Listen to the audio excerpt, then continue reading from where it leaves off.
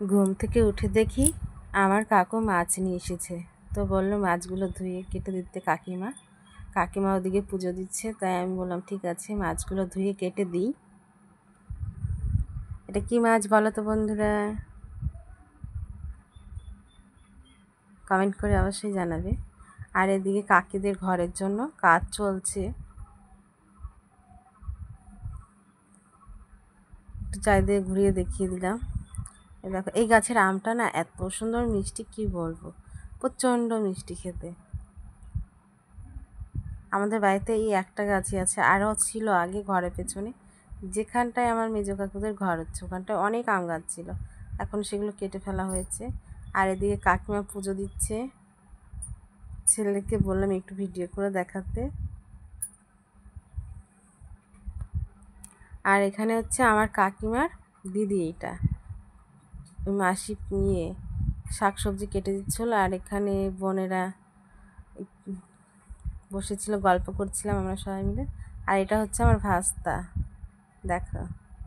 By, tata tata tata tata. আমরা বেরো যাচ্ছি, বলো বেরো যাচ্ছি। বেরিয়ে যাচ্ছে কেন? ওপাড়া দেবো। ওপাড়া যাচ্ছ? কোন পাড়া? ওপাড়া বলো। ওপাড়া যাচ্ছ? ওপাড়া যাচ্ছি।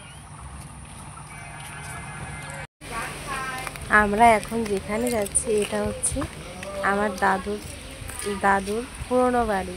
মানে এখানে এখানে একটা আগে বাড়ি ছিল, আর এইটা হচ্ছে গিয়ে আমার ঠাকুমার বোনের বাড়ি, মানে এটাও আর একটা ছোট ঠাকুমা, ওটা হচ্ছে তার বর মানে দাদু। আর এই হচ্ছে মন্দির ঘর, দেখিয়ে দিলাম।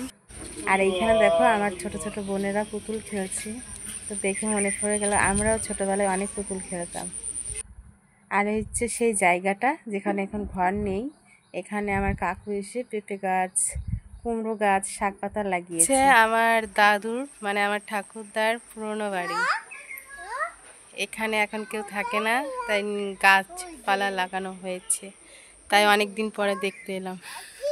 গাছগুলো কিন্তু বেশ দারুণ লাগছে, সবুজে সবুজ। এই যে পাখি, এই কুমড়ো শাকের তরকারি খাবে কে? নিয়ে যেতে পারো, শাক এখান থেকে ফ্রি।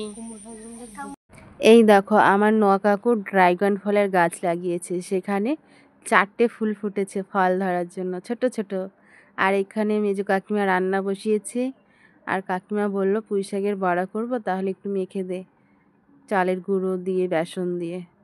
তো এদিকে মাসি তো সবজি কেটে দিচ্ছিল, আর আমি বড়া করার জন্য বড়ার ইয়েটা মেখে দিয়েছিলাম। আর এই দেখো কাকিমা গরম গরম বড়া ভেজে দিয়েছে, উফ কি টেস্ট খেতে, ঝাল ঝাল হয়েছিল, দারুণ লাগছিল খেতে। আর তার সঙ্গে টমেটো সস ছিল, আরও ভালো লাগছিল।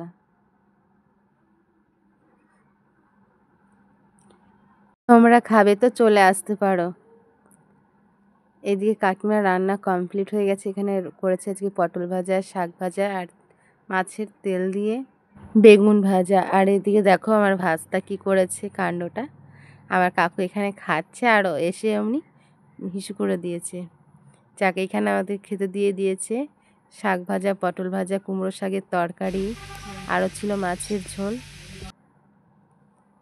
এদিকে খাওয়া দাওয়া কমপ্লিট করে এখন বিকেলের দিকে যাবো আমি বাড়ি। দেখো এসেছিলাম তো খালি হাতে, আর নিয়ে যাচ্ছি কি দাদার দোকান আছে, দাদার দোকান থেকে নিয়ে নিলাম একটা ধামা, একটা মগ,